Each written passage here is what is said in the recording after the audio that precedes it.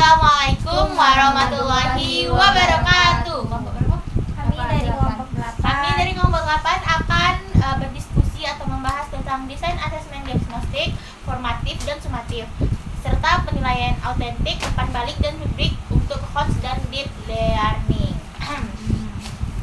Baiklah, kami akan memulai diskusi tersebut. Nah, setelah membaca bab 5 ini, kami merasa bahwa perspektif tentang asesmen benar-benar berubah. Ternyata asesmen itu bukan sekedar memberi nilai di akhir pembelajaran, tetapi bagian penting dari proses belajar itu sendiri. Iya sih, aku pas waktu baca bab 5 ini aku juga ngerasa kalau terutama yang dijelas itu ketika tentang perbedaan asesmen diagnostik, formatif, terus tuh sumatif. Nah, selama ini kan kita kan sudah paham gak sih ketiganya tuh secara teori, tapi kan bab ini kan dijelasin secara lebih aplikatif, khususnya untuk ke konteks SD gitu. Betul, asesmen diagnostik tuh misalnya kan dijelaskan sebagai upaya memetakan kesiapan dan miskonsepsi siswa. Nah, sebelum pembelajaran dimulai, artinya itu tuh guru nggak boleh langsung masuk ke materi tanpa mengetahui kondisi awal peserta didik. Berarti kayak dites dulu gak sih kemampuan itu tuh. Dan yang menarik itu asesmen diagnostik tidak harus berupa tes panjang, bisa dalam bentuk hinge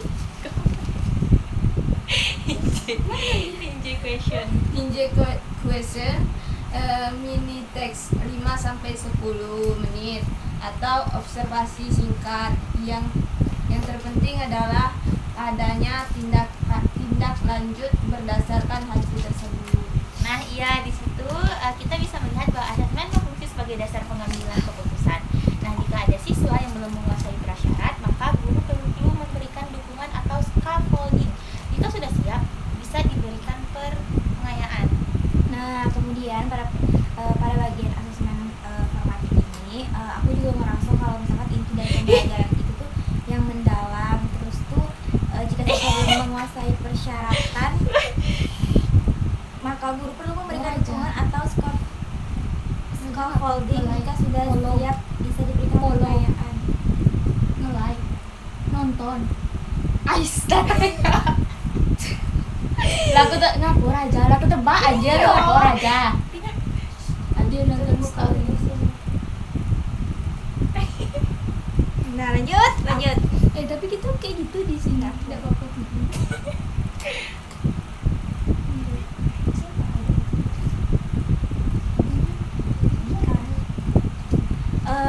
Ada juga di situ di buku tuh dijelaskan istilah feed forward. Nah, yang dimana kan juga yang digunakan sangat relevan. Artinya itu tuh umpan balik harus spesifik, tepat waktu, terus juga memberikan arah perbaikan yang jelas, bukan sekedar komentar umum seperti bagus, ada dan kurangnya gitu kan. Terus adapun contoh-contoh strategi formatif yang diberikan juga cukup praktis di sini.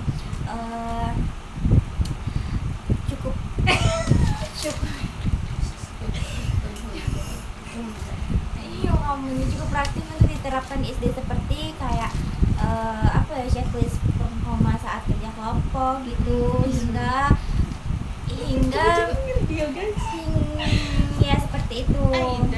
Contoh-contoh ya itu kan, jadi itu kan asesmen formatif itu kan asesmen penilaian pembelajaran pada saat proses pembelajaran, ya kan. Contohnya itu seperti kayak kuis, terus itu kerja kelompok juga, terus tugas-tugas latihan harian. Nah, itu tuh termasuk asesmen formatif yang dimana penilaian pembelajarannya itu saat proses pembelajaran.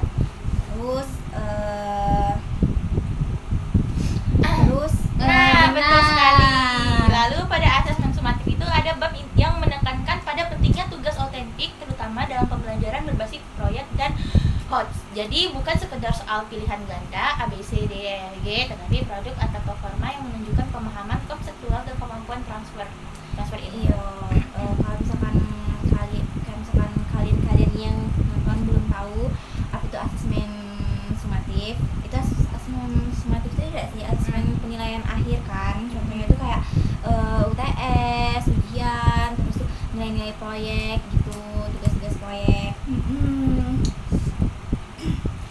Nah, contoh proyek kampanye hemat air dalam bab ini tuh cukup menggambarkan masalah nyata di kelas. Kalau penilaiannya tuh hanya berdasarkan bagus atau tidak, itu tuh siswa tidak memahami kualitas argumen, ketepatan data atau kejelasan pesan mereka. Karena itu penyusunan rubrik menjadi sangat penting. Rubrik itu rubrik analitik dengan 3 sampai 5 kriteria dan 4 level kualitas, membantu menjaga konsistensi,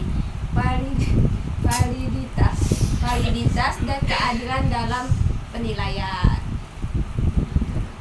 Oke. Nah, di sini saya juga sempat merasa menyusun deskriptor level itu cukup menantang. Di mana kita harus benar-benar membedakan kualitas di setiap level, bukan hanya mengganti kata baik menjadi cukup atau kurang. Nah, namun justru di sana kita bisa melihat kekuatan rubrik. Nah, siswa bisa menjadi tahu standar keberhasilan secara transparan dan guru memiliki dasar yang jelas. Dasar yang jelas saat memberikan umpan balik maupun nilai akhir. Ya, selain itu pada bab ini juga itu menekankan prinsip validitas, reliabilitas, dan fairness. Dalam konteks SD, guru perlu memberikan format respon, misalkan kayak teks, gambar, terus juga atau lisan seperti selama tetap mengukur indikator yang sama. Aku mau balikan karena aku cantik. Jadi kalau di sini aku lihat tuh keseluruhan bab 5 nih sangat selaras dengan pendekatan OB dan deep learning. Asesmen itu bukan lagi tahap akhir, tetapi bagian dari terintegrasi sejak perencanaan tujuan hingga revisi perangkat pembelajaran. Dan melalui tugas 5, kita benar-benar dilatih untuk menyusun paket asesmen lengkap, mulai dari blueprint, diagnostik, formatif, sumatif, Jeff punya sar. autentik hingga rubrik. Itu membuat kita tidak hanya memahami teori, tetapi juga memahami merancang praktiknya. Nah, jadi menurut aku tuh setelah mempelajari bab ilmu ini, sudah membaca bab ilmu ini, kita tuh kayak sebagai mahasiswa calon guru lah ya. Jadi lebih sadar bahwa kualitas pembelajaran itu sangat bergantung pada kualitas asesmennya. Itu sih. Aku setuju, jika asesmen dirancang dengan baik dan selaras dengan tujuan, maka pembelajaran itu akan lebih terarah, bermakna, dan adil bagi semua siswa. Jadi pada akhirnya bab 5 ini tuh mengajarkan bahwa asesmen itu bukan tentang memberi angka, tetapi tentang mengumpulkan bukti belajar dan membantu siswa bertumbuh secara akademik maupun reflektif. Kalau kamu mau, saya bisa tambahkan. Nah, kalau boleh saya akan menyimpulkan bahwa di bab ini membuat kami lebih sadar bahwa asesmen itu harus dirancang sejak awal, bukan dipikir di akhir. Ketika tujuan sudah jelas, indikator sudah ditemukan, dan maka asesmen menjadi alat untuk membuktikan ketercapaian secara sahih dan terarah. Aku juga rasa sih pada bagian blueprint asesmen itu sangat penting. Dengan memetakan tujuan, indikator, bukti belajar, instrumen, dan kriteria, kita jadi melihat keterkaitan antara komponen pembelajaran secara lebih sistematis. Nah, tidak ada lagi asesmen yang berdiri sendiri tanpa hubungan dengan tujuan. Iya betul, bagi aku juga tantangan terbesar justru pada penyusunan rubrik. Karena menentukan kriteria itu relatif mudah, tetapi menuliskan deskriptor tiap level agar benar-benar membedakan kualitas itu membutuhkan ketelitian. Namun aku memahami di sini tuh bahwa rubrik yang jelas itu akan membantu menjaga konsistensi dan keadilan penilaian. Saya sepakat. Selain itu, saya melihat bahwa pendekatan asesmen dalam bab ini sangat mendukung pengembangan HOTS dan pembelajaran mendalam. Tugas autentik seperti produk dan presentasi tidak hanya menguji ingatan tetapi juga kemampuan analisis, argumentasi dan transfer konsep. Betul. Nah, hal lain yang penting menurut kami juga tentang fungsi asesmen formatif sebagai pengorek belajar. Nah, ketika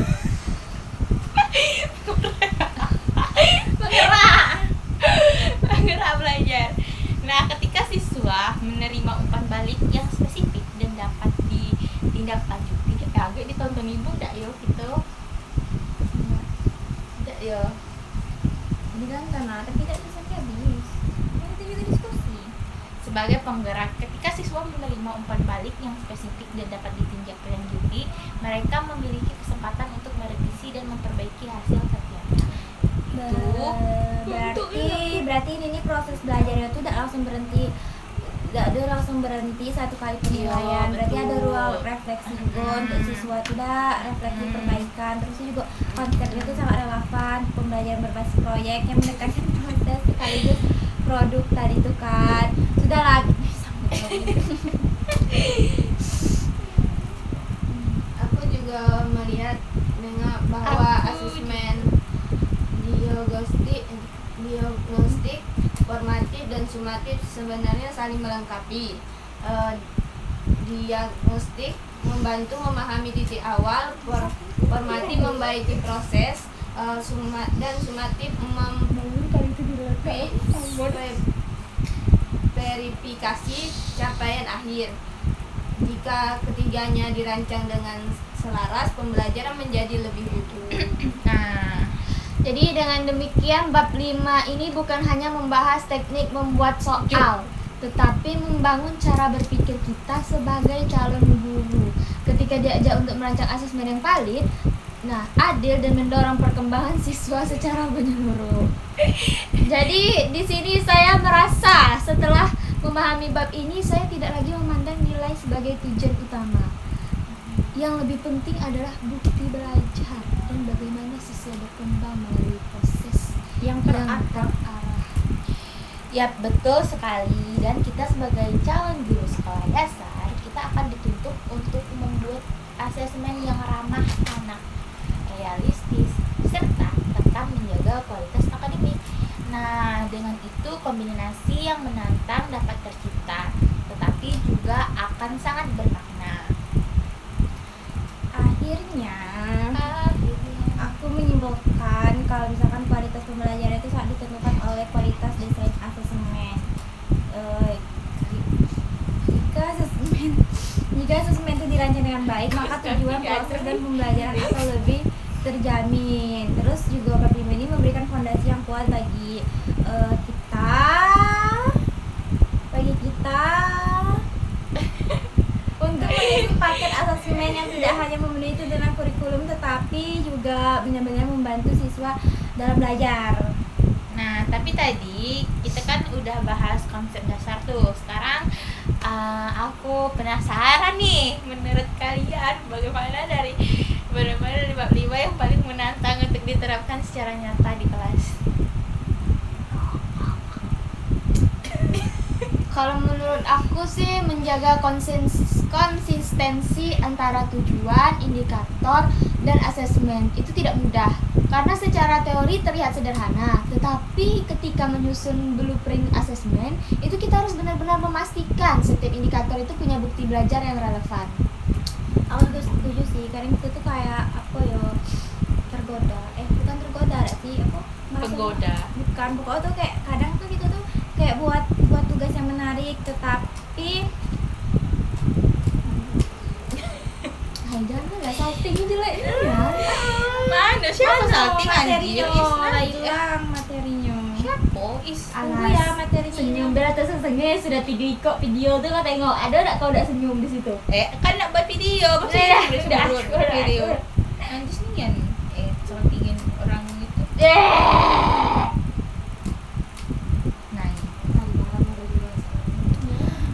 Tadi tuh kan kadang tuh kita juga tergoda kan membuat tugas yang menarik, tapi ternyata itu tidak sepenuhnya itu mengukur indikator indikator yang udah ditetapkan. Nah, disinilah pentingnya itu aligmen yang ditekankan dalam bab ini gitu. Karena tuh guru juga banyak tidak sesuai sama indikator-indikator dari KPTP juga. Terus itu susah nggak masuk semua, ya kan? Iya betul. Aligmen tuh kayak apa ya? Kayak apa? Seperti benang merah. Nah, yang kalau tujuan berbicara tentang kemampuan menganalisis, tapi asesmen hanya meminta siswa menyebut atau menghafal berarti tidak sempurna. Itu juga berkaitan dengan HOATS atau Hotspot. Ini mengingatkan kita bahwa untuk mengukur kemampuan berpikir yang tinggi, kita perlu merancang tugas yang mendorong analisis, evaluasi, dan penciptaan, bukan sekedar recall. Aku juga tertarik dengan penilaian autentik. Dalam konteks XD itu ternyata kita bisa menilai produk, proses, bahkan sikap belajar. Jadi asesmen itu tidak hanya terfokus pada hasil akhir.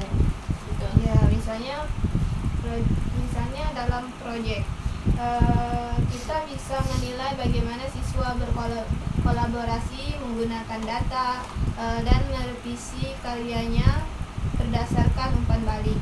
Itu semua merupakan bagian dari pembelajaran pendalam. Dan juga aku ngerasa penting sih pada bab ini tuh pastinya menyinggung pada validitas dan fairness. Apa sih maksudnya? Guru harus memastikan bahwa asesmen benar-benar mengukur apa yang seharusnya diukur serta adil bagi semua siswa. Iya, adil. Betul, seperti memberikan pilihan format respon seperti teks singkat, gambar berlabel, atau penjelasan lisan. Itu adalah salah satu cara untuk menjaga inklusivitas tanpa mengubah indikator yang diukur.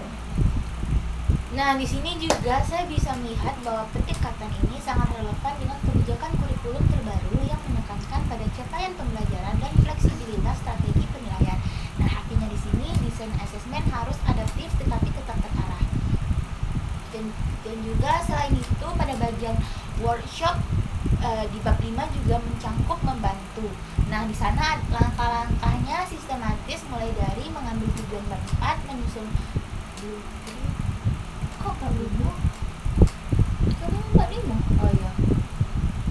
Menyusun blueprint dan merancang diagnostik formatif, sumatif hingga rubik.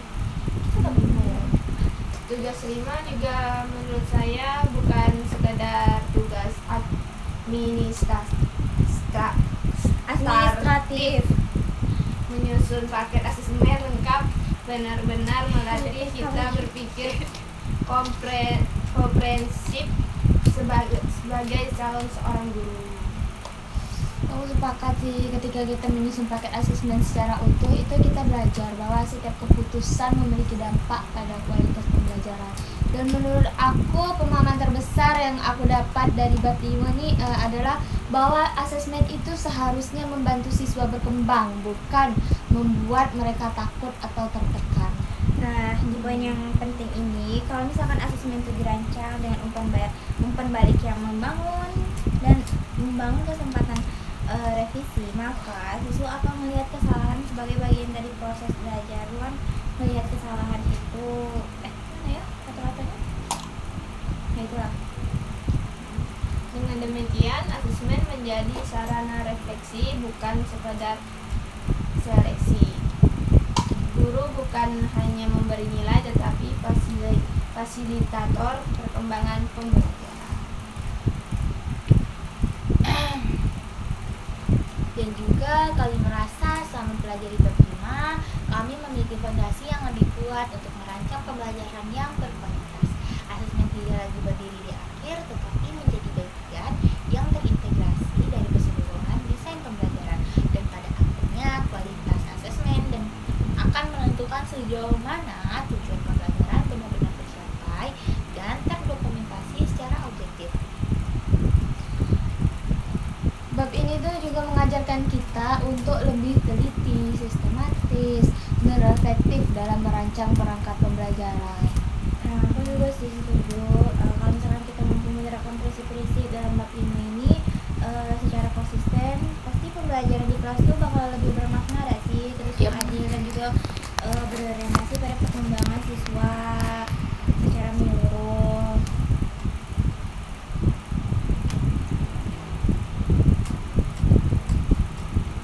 Nah, bisa kita bayangkan jika nanti kita benar-benar mengajar di kelas 5 dan membuat proyek seperti kampanye hemat air, itu kita hanya memberi nilai berdasarkan tampilan proses saja.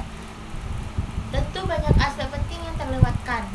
Betul, pada di bab 5 ini sudah ditegaskan bahwa kualitas pesan, ketetapan data, dan kekuatan argumen harus dinilai secara jelas melalui kriteria Rubik. Tanpa itu penilaian akan cenderung subjektif. Dan siswa juga tidak tahu apa yang harus diperbaiki. Jika hanya diberi nilai akhir, mereka itu tidak memahami letak kekuatan dan kelemahannya. Disitulah asesmen formatif diperankan. Ada sujud. Aku setuju. Bahkan menurut aku tanpa asesmen diagnostik di awal itu proyek bisa berjalan kurang efektif. Misalnya jika ada siswa yang masih salah memahami konsep hemat air, maka pesan dalam posternya itu bisa kurang tepat sejak awal. Artinya desain asesmen itu benar-benar harus dirancang secara berurutan. Diagnostik untuk mematakan kesiapan, formatif untuk memperbaiki proses, dan sumatif untuk memverifikasi capaian akhir. Yap, betul sekali. Saya juga menyadari bahwa pendekatan ini membutuhkan perencanaan yang matang. Guru tidak bisa lagi bersikap spontan dalam penilaian. Semua harus dirancang berdasarkan indikator yang jelas.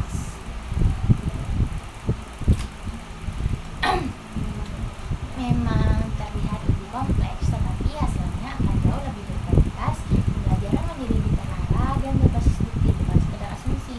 Dan selain itu juga kami tertarik pada konsep revisi berbasis umpan balik. Di dalam bab 5 ini kan disebutkan bahwa perangkat asesmen juga perlu direvisi setelah mendapat masukan sejawat. Artinya guru pun harus belajar. Nah, itu juga menunjukkan bahwa asesmen bukan sesuatu yang statis. Kita harus reflektif dan terbuka terhadap perbaikan, sama seperti siswa. Aku juga ngerasa kalau bab ini tuh bentuk pola pikir yang profesional, yang dimana guru itu bukan hanya pelaksana kurikulum tetapi perancang pembelajaran yang sistematis dan bertanggung jawab terhadap kualitas asesmennya. Dan yang paling penting itu semua itu tetap harus mempertimbangkan karakteristik siswa di SD. Instrumen harus ramah anak, bahasanya jelas dan realistis untuk dikerjakan. Aku juga setuju sih, asesmennya kan yang terlalu kompleks justru bisa mengaburkan tujuan. Prinsipnya tetap sederhana tapi bermakna serta selaras dengan indikator. Nah, jadi kalau misalkan kita rangkum ini pada bab 5 itu kan kayak mengajarkan bahwa kualitas pembelajaran itu tidak hanya ditentukan oleh metode mengajar, tetapi juga bagaimana guru merancang dan menggunakan asesmen secara strategi. Betul sekali. Dan akhirnya asesmen yang baik akan menciptakan lingkungan belajar yang adil, transparan, dan mendorong siswa untuk berpikir lebih mendalam. Saya rasa pemahaman ini sangat membantu kita saat menyusun modul ajar maupun saat micro teaching nanti.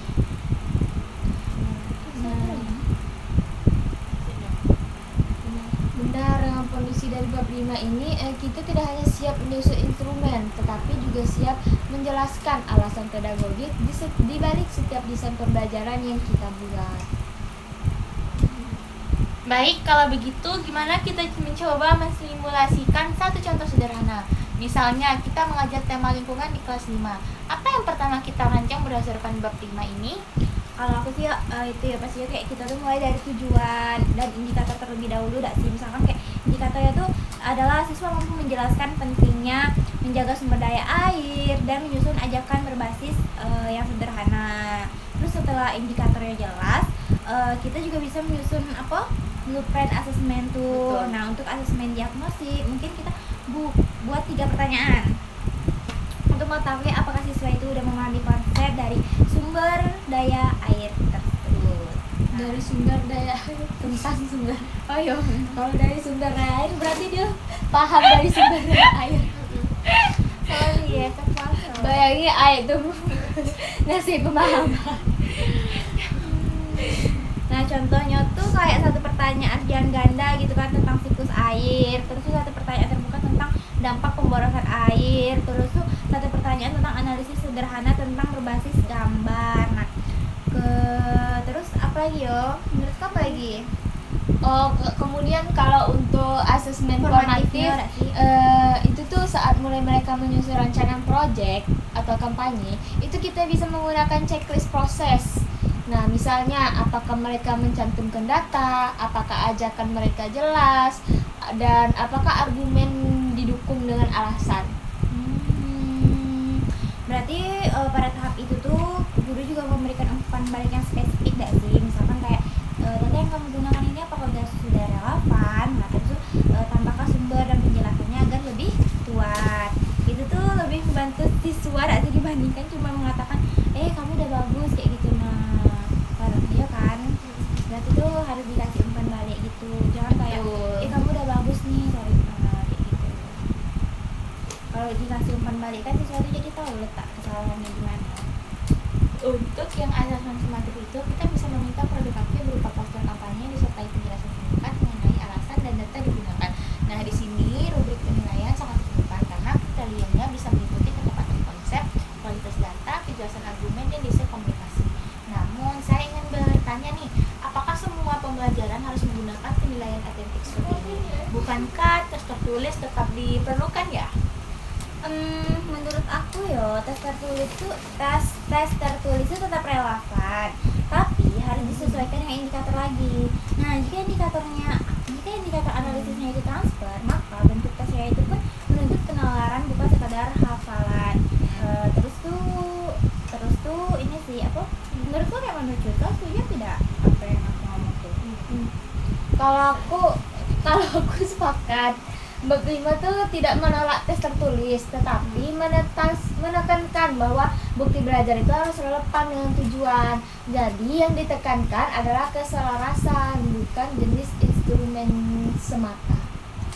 Selain itu, penilaian autentik memberi kesepakatan bagi siswa untuk menunjukkan pemahaman dalam konteks nyata. Itu sangat penting dalam pembelajaran berbasis proyek.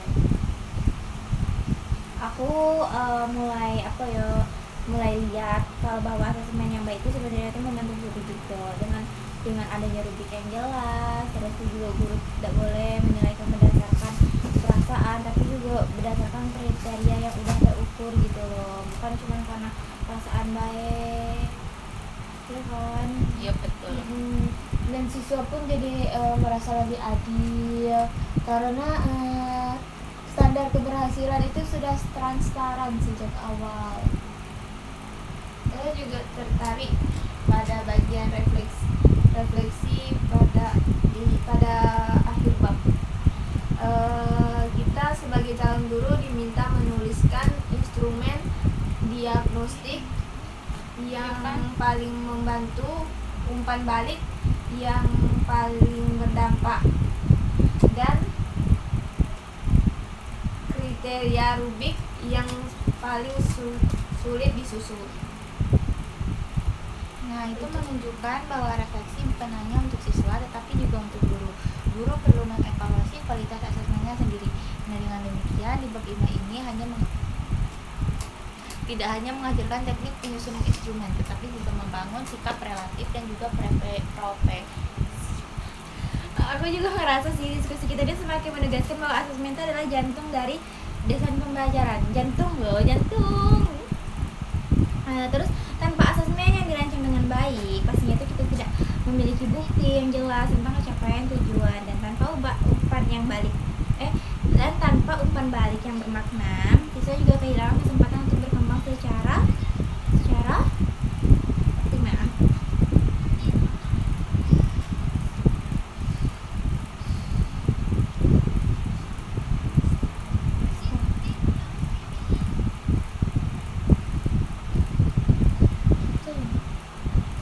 Nah, jadi menurut kalian setelah membaca bab 5 ini, kesimpulan yang kalian dapat atau refleksi lah dari bab 5 ini menurut kalian apa? Kalau aku setelah baca buku bab 5 nih secara menyeluruh, nah aku tuh ngerasa pemahaman aku tuh tentang asesmen tuh menjadi lebih sistematis gitu loh. Sebelumnya kan aku tuh nengok asesmen tuh kayak sebagian administratif yang harus dipenuhi kan. Namun sekarang aku tuh memahami bahwa asesmen itu merupakan alat strategi untuk memastikan pembelajaran belajar sesuai arah. Nah, jika aku merefleksikan diri aku nih, kelemahan aku tuh mungkin terletak pada kebiasaan menyusun soal tanpa terlebih dahulu memetakan indikator secara rinci.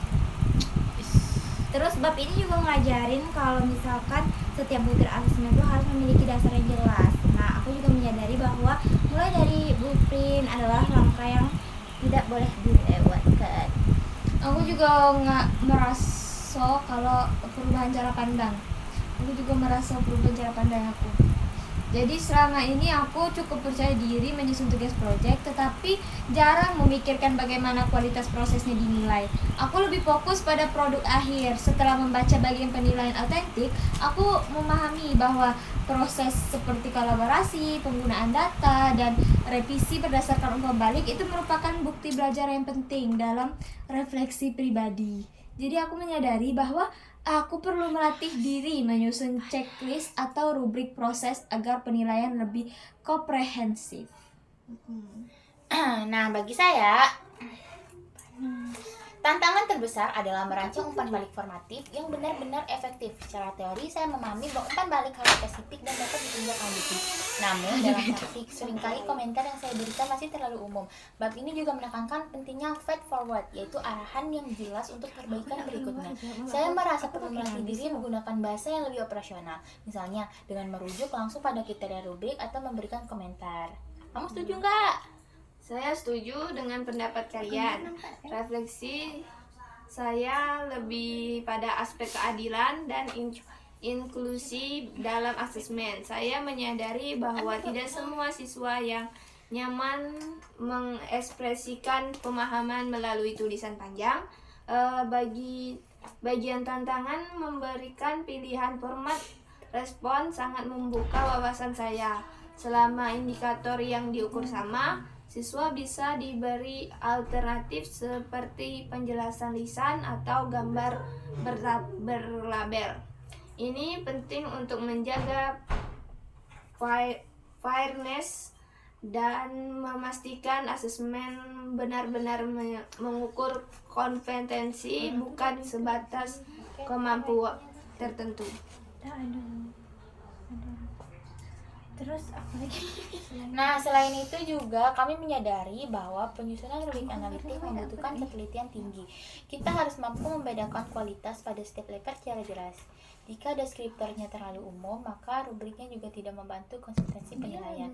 Saya merasa perlu banyak latihan membaca contoh karya dan mengujinya menggunakan rubrik untuk melihat apakah deskriptor yang saya tulis sudah benar-benar operasional. Nah, aku juga tertarik pada bagian revisi berbasis umpan balik sejawat. Dalam tugas 5 ini kita diminta mencatat perubahan setelah menerima masukan. Betul. Hal ini tuh menurut aku sangat penting karena menunjukkan bahwa perangkat asesmen itu harus melalui proses refleksi dan perbaikan. Jadi sebagai calon guru, kita harus terbiasa menerima kritik dan menggunakan kritik tersebut untuk meningkatkan kualitas rancangan kita. Nah, diskusi kita ini juga membuat aku berpikir bahwa asesmen itu dirancang dengan baik akan meningkatkan motivasi belajar siswa. Jika kriteria jelas dan umpan balik membantu, siswa akan memahami bahwa kesalahan adalah bagian dari proses. Mereka tidak hanya mengajar nilai, tetapi berusaha mencapai standar kualitas tertentu. Saya melihat hubungan yang sangat kuat antara bab 5 dan pendekatan OB. Dalam OB yang menjadi fokus adalah pencapaian pembelajaran asesmen menjadi alat untuk membuktikan pencapaian tersebut secara valid. Artinya tanpa asesmen yang tepat kita tidak memiliki bukti bahwa tujuan benar-benar tercapai. Benar, bahkan aku merasa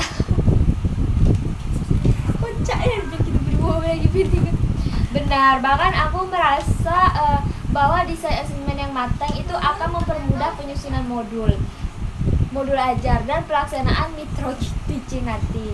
Karena sejak awal kita itu sudah tahu apa yang akan dinilai dan bagaimana kriterianya. Proses pembelajaran itu menjadi lebih terarah. Jika saya merangkum refleksi pribadi saya, bab 5 ini mengajarkan saya untuk lebih teliti, terencana, dan reflektif dalam merancang asesmen. Saya tidak lagi melihat sebagai kewajiban administratif, melainkan sebagai bagian inti dari profesionalisme guru. Bagi aku pembelajaran terbesar itu adalah bahwa asesmen yang baik harus mendorong berpikir tingkat tinggi dan pembelajaran mendalam. Artinya siswa harus diberi kesempatan untuk menganalisis, memberi alasan, dan mentransfer konsep di situasi baru. Dan saya menyimpulkan bahwa kualitas asesmen sangat menentukan kualitas pembelajaran.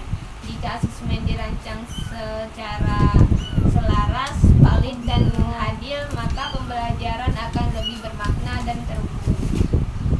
Aku rasa diskusi kita hari ini tuh menunjukkan bahwa bab 5 ini bukan sekedar bab tentang teknik penilaian, tetapi fondasi penting dalam membangun pembelajaran yang sistematis dan berorientasi pada perkembangan peserta didik. Setuju sih, kita tuh juga bukan hanya belajar membuat instrumen, tapi tuh belajar berpikir sebagai perancang pembelajaran yang profesional. Dan dengan pemahaman ini kita berharap mampu menghadirkan pembelajaran di SD yang tidak hanya menyenangkan tetapi juga terukur dan bermakna. Nah, pada akhirnya asesmen bukan tentang angka, melainkan tentang bukti belajar dan proses berpikir. Itulah inti dari bab 5 yang kami pahami. Nah, setelah kita membahas dari berbagai sisi, kami mulai bertanya pada diri sendiri. Jika prinsip-prinsip dalam bab 5 ini benar-benar diterapkan secara konsisten, seperti apa ya budaya belajar di kelas yang akan terbentuk? Menurut aku, budaya yang terbentuk adalah budaya reflektif. Siswa itu tidak hanya menunggu nilai, tetapi terbiasa menerima umpan balik, dan melakukan perbaikan. Mereka memahami bahwa belajar adalah proses bertahap. Saya menambahkan budaya yang terbangun juga akan lebih transparan karena semenjak awal berkarya keberhasilan sudah dijelaskan melalui rubrik. Siswa tahu sadar yang harus dicapai. Tidak ada lagi penilaian yang terasa tiba-tiba atau tidak jelas dasarnya. Dan yang tidak kalah penting, budaya adil, prinsip validitas, dan fairness yang dibahas dalam bab ini mendorong guru untuk mempertimbangkan kebutuhan dan karakteristik setiap siswa. Asesmen tidak boleh merugikan pihak tertentu. Terus aku juga ngebayangin sih kalau misalkan kita sejak SD tuh siswa sudah terbiasa dengan asesmen yang memberikan ruang revisi, terus tuh mereka akan tumbuh menjadi pembelajar yang lebih mandiri. Mereka tidak takut salah karena tahu selalu ada kesempatan untuk memperbaiki. Nah, hal itu sangat penting dan relevan dengan pembelajaran mendalam, deep learning. Nah, deep learning ini kan menekankan pemahaman konseptual dan kemampuan transfer. Tanpa asesmen yang tepat, sulit memastikan bahwa siswa benar-benar memahami, bukan sekedar menghafal. Aku juga nengok sih kalau misalkan bahwa desain asesmen yang udah baik dan mempengaruhi cara kita mengajar. Jika kita tahu bahwa yang dinilai adalah kemampuan analisis dan argumentasi, maka proses pembelajaran pun harus memberi ruang diskusi, eksplorasi, dan penggunaan data. Jadi artinya itu asesmen dan pembelajaran itu tidak bisa dipisahkan karena keduanya itu saling memengaruhi. Jika asesmen hanya mengukur hafalan, maka pembelajaran itu cenderung berorientasi pada hafalan. Saya merasa bab 5 ini secara tidak langsung menantang kita untuk menjadi guru yang berpikir strategis. Setiap keputusan sampai mulai dari memilih bentuk soal hingga menyusun deskriptor rubrik memiliki implikasi terhadap kualitas belajar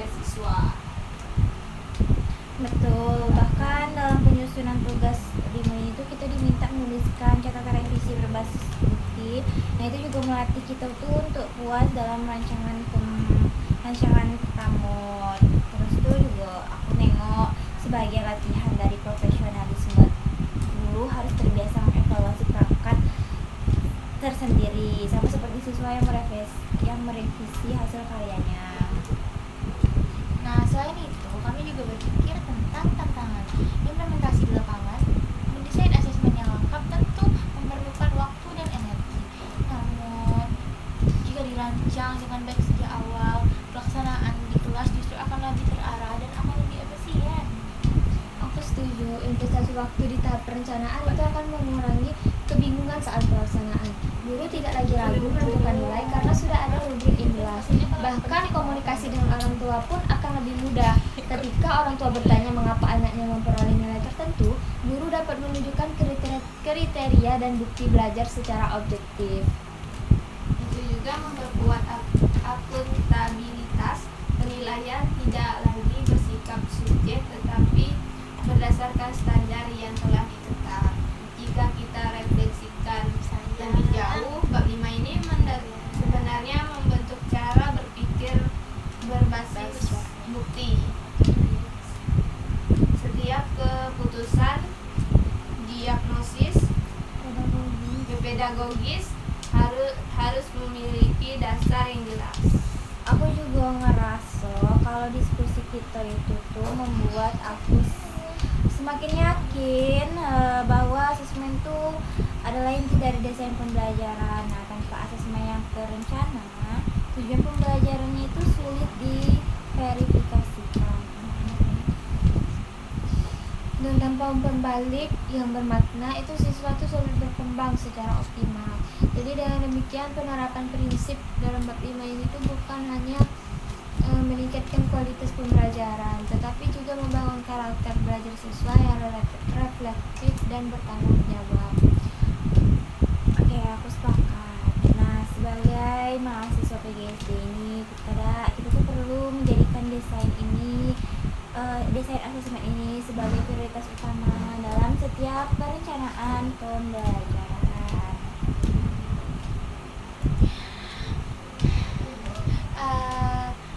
Aku masih mikirin satu hal nih. Jika kita sudah merancang asesmen sedemikian sistematis, diagnostik, formatif, sumatif, lengkap dengan rubrik, apakah itu berarti pelajaran akan otomatis berhasil? Menurut aku tidak otomatis, tetapi peluang keberhasilannya itu jauh lebih besar karena dengan asesmen yang dirancang sejak awal itu kita memiliki arah yang jelas, kita tahu apa yang ingin dicapai dan bagaimana membuktikannya. Saya setuju. Tanpa asesmen yang jelas, pembelajaran bisa berjalan, tetapi sulit diukur kualitasnya. Kita mungkin merasa sudah mengajar dengan baik, tetapi tidak memiliki bukti apakah siswa benar-benar memahami. Nah, disinilah pentingnya konsep bukti belajar yang ditekankan dalam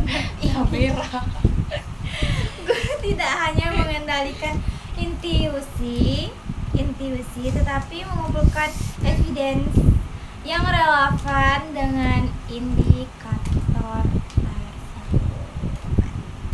Aku juga teringat bahwa bagian pada peta konsep di bab 5 itu dimulai dari tujuan, terus tuh tujuan indikator, lalu ke bukti belajar, blueprint asesmen, hingga revisi berbasis bukti, semuanya tuh saling terhubung. Jadi ini tuh menunjukkan bahwa asesmen itu bukan tahap akhir, melainkan bagian dari siklus pembelajaran. Bahkan setelah sumatif pun masih ada refleksi dan revisi. Aku juga ingin mengangkat satu isu nih. Nah, bagaimana kalau misalkan dalam praktek nih, waktu di kelas terbatas, apakah realitas sorry apa tadi aku ngomongin? Bagaimana jika dalam prakteknya waktu di kelas terbatas, apakah praktis menerapkan asesmen diagnostik, formatif, dan sumatif secara lengkap. Ini pertanyaan ini sangat relevan sih, kalau menurut aku kuncinya pada desain yang efisien. Asesmen diagnostik itu tidak perlu panjang, cukup 1 atau 2 pertanyaan kunci yang benar-benar mempresentasikan prasyarat penting. Untuk formatif juga bisa diintegrasikan dalam kegiatan belajar, misalnya saat diskusi kelompok.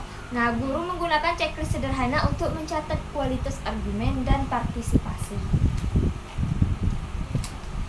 Dan untuk sumatif, tugas autentik tidak harus kompleks, yang penting kontekstual dan selaras dengan indikator. Jadi kualitas lebih penting daripada kuantitas. Saya menyadari bahwa bab 5 ini sebenarnya mengajarkan kita berpikir selektif. Kita tidak perlu membuat terlalu banyak instrumen, tetapi memastikan setiap instrumen bermakna dan relevan. Selain itu, aku juga lihat pentingnya komunikasi kriteria kepada siswa sejak awal. Karena jika di rubrik dibagikan sebelum tugas dimulai, itu siswa memiliki panduan yang jelas. Dan juga itu mengurangi kecemasan siswa. Mereka tahu apa yang diharapkan dan bagaimana mencapai standar tertentu. Aku ingin menambahkan satu refleksi dalam konteks HOTS. Seringkali kita mengira soal HOTS itu tuh sulit kan, otomatis mengukur berpikir tingkat tinggi, padahal itu tuh belum tentu sulit HOTS tuh. Betul sekali, soal bisa saja sulit karena bahasanya rumit, bukan karena menuntut analisis. Bab ini mengingatkan bahwa harus berkaitan dengan proses berpikir, menganalisis, mengevaluasi, mencipta, bukan sekedar tingkat kesulitan. Itulah sebabnya tugas autentik sangat dianjurkan. Produk dan performa memungkinkan siswa menunjukkan proses berpikirnya, bukan hanya jawaban akhir. Saya juga terkesan dengan bagian tentang revisi karya berdasarkan umpan balik. Itu menunjukkan bahwa kualitas belajar tidak diukur dari satu kali percobaan, tetapi dari proses perbaikan. Budaya revisi juga menurut aku tuh sangat penting untuk ditanamkan sejak SD. Anak-anak tuh belajar bahwa peningkatan kualitas itu membutuhkan usaha dan refleksi. Jika kita konsisten menerapkan prinsip ini, kelas itu akan menjadi ruangan yang lebih sportif. Terus tuh kesalahan tidak lagi dianggap kegagalan, tetapi bagian dari pembelajaran. Nah, aku juga ngerasa sih bahwa bab 5 ini membentuk identitas profesional kita. Kita dilatih berpikir sistematis, berbasis indikator, dan bertanggung jawab terhadap keadilan penilaian. Nah, terutama dalam konteks fairness, yang dimana memberikan alternatif bentuk respon tanpa mengubah indikator adalah langkah inklusif yang sangat penting. Selain itu, rubrik itu juga membantu menjaga konsistensi antar penilai. Jika suatu saat ada kolaborasi antar guru, standar kualitas itu tetap terjaga. Jadi aku membayangkan ketika nanti kita melakukan micro teaching, bab 5 ini akan sangat membantu. Kita tidak hanya mempraktikkan metode mengajar, tetapi juga menunjukkan bagaimana asesmen dirancang dan digunakan. Dan ketika menyusun modul ajar, kita tuh sudah terbiasa memikirkan keterkaitan antara tujuan, kegiatan, dan asesmen. Itu akan membuat rancangan kita lebih utuh. Nah, jadi aku tuh ngerangkum secara pribadi bahwa pembelajaran terbesar dari bab 5 itu tuh adalah bahwa asesmen merupakan alat refleksi balik bagi siswa maupun guru. Nah, bagi siswa, asesmen itu tuh membantu mereka memahami posisi dan perbaikan. Kalau bagi guru tuh asesmen itu menjadi dasar evaluasi, yang dimana kualitas pembelajaran itu yang telah dirancang. Dan secara keseluruhan, desain asesmen yang baik menciptakan pembelajaran yang terstruktur, adil, transparan, dan berorientasi pada perkembangan berpikir tingkat tinggi. Nah, aku juga ngerasa sih diskusi kita hari ini tuh kayak benar-benar memperdalam pemahaman kita gak sih? Yang awalnya tuh bab 5 itu terlihat teknis, tetapi ternyata sangat filosofis juga yo, karena menyangkut cara kita memandang, belajar, dan berkembang. Setuju. Nah, ini bukan sekedar ini bukan sekedar bab tentang cara membuat soal, tetapi tentang bagaimana kita sebagai guru bertanggung jawab terhadap kualitas proses dan nasib belajar siswa. Dengan memahami bab 5 ini, kita tidak lagi sekedar menjadi pengajar, tetapi menjadi perancang pengalaman belajar yang berbasis bukti. Dan itu adalah langkah yang penting menuju profesionalisme guru yang adaptif terhadap kebutuhan peserta didik. Baik, kita sudah membahas banyak kelebihan desain asesmen dalam bab 5. Sekarang nih aku akan ngajuin pertanyaan yang mungkin sedikit kritis. Apakah pendekatan yang sangat sistematis ini selalu realistis diterapkan di setiap sekolah atau di semua sekolah? Apa tadi pertanyaannya? Pertanyaan yang sangat menarik. Karena secara ideal itu tentu sangat baik, namun dalam praktik kondisi setiap sekolah itu berbeda. Ada sekolah dengan jumlah siswa yang besar, keterbatasan waktu, dan beban administrasi yang cukup tinggi. Saya sepakat mendesain blueprint asesmen diagnostik, dua formatif, sumatif autentik, serta rubrik analitik memang membutuhkan waktu yang tidak sedikit. Jika guru tidak terbiasa bisa terasa sangat berat. Namun di sisi lain, justru karena kondisi lapangan yang kompleks, guru membutuhkan sistem yang jelas. Tanpa desain yang terstruktur, pembelajaran bisa semakin tidak terarah. Aku juga lihat kalau ada dua sisi, dari sisi profesionalisme.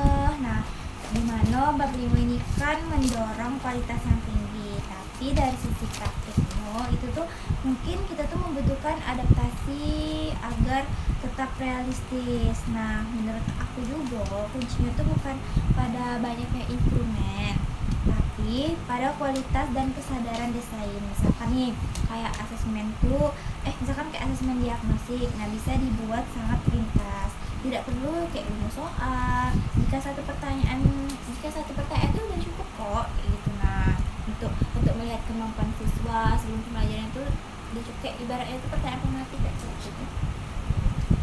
Untuk asesmen formatif pun guru tuh tidak harus selalu menulis komentar panjang. Checklist sederhana dengan simbol atau kode yang merujuk pada rubrik itu bisa lebih efisien. Aku juga berpikir bahwa setelah guru terbiasa menggunakan rubrik, itu proses penilaian justru menjadi lebih cepat karena standar sudah jelas, guru tidak perlu menimbang terlalu lama. Tetapi, bagaimana dengan resistensi siswa? Misalnya, siswa yang terbiasa dengan menilai dengan angka saja lalu tiba-tiba harus memahami rubrik yang melakukan revisi. Itu memang memerlukan proses adaptasi. Namun, jika sejak awal guru menjelaskan bahwa revisi adalah bagian dari belajar, itu siswa akan terbiasa, bahkan bisa meningkatkan motivasi karena mereka merasa diberi kesempatan memperbaiki. Saya pernah membaca bahwa budaya revisi dapat meningkatkan rasa kepemilikan siswa terhadap karya mereka. Itu sangat sejalan dengan konsep deep learning yang dibahas dalam bab ini.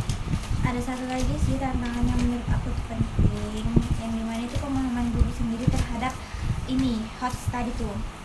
Nah, kalau guru belum benar-benar memahami tuh perbedaan antara soal tingkat rendah dan soal tingkat tinggi, maka asesmen sumatif autentiknya ini tuh bisa saja masih dangkal gitu. Nah Benar, karena bab 5 ini memberikan arahan, tetapi implementasinya tetap membutuhkan literasi pedagogis yang kuat. Guru itu harus mampu merancang tugas yang benar-benar menuntut analisis, evaluasi, atau penciptaan. Namun aku melihat kelebihan besar dari pendekatan ini, itu dengan blueprint assessment, guru dapat meminimalkan dan kesalahan alignment antara tujuan dan instrumen. Itu membuat pembelajaran lebih akuntabel. Selain itu, prinsip validitas dan fairness sangat relevan di konteks sekolah yang heterogen. Memberikan alternatif bentuk respon adalah langkah inklusif yang penting. aku juga mau nambahi efektif nih satu. Dalam rangka panjang, pendekatan ini tuh dapat membangun reputasi profesional guru loh. Guru tuh juga mampu menunjukkan bukti belajar yang jelas atau lebih percaya oleh orang tua dan pihak sekolah. Namun ada resiko bahwa pembelajaran menjadi terlalu terfokus pada asesmen. Nah, itu mungkin terjadi jika asesmen dipahami secara sempit loh sebagai alat pengukur. Tapi pada bab 5 ini tuh justru menekankan bahwa asesmen itu adalah bagian dari proses belajar, bukan pengganggu pembelajaran.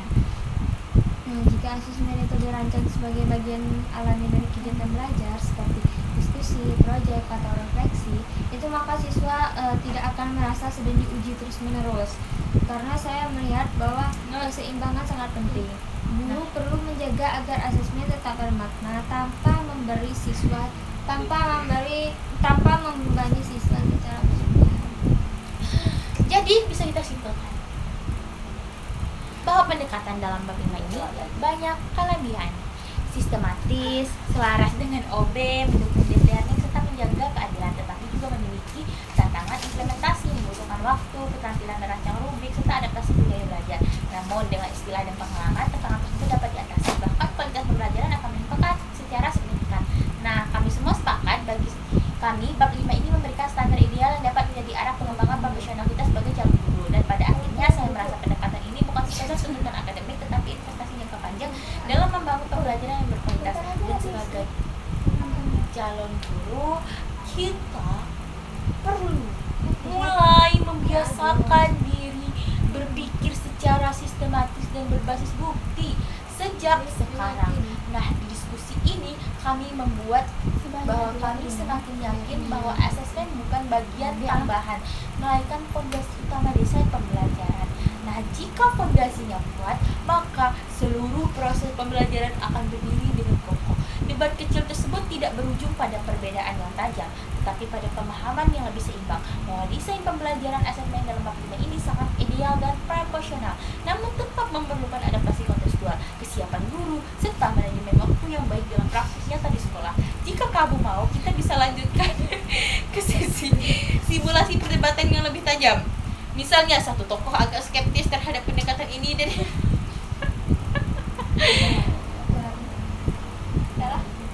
kucingku tidur.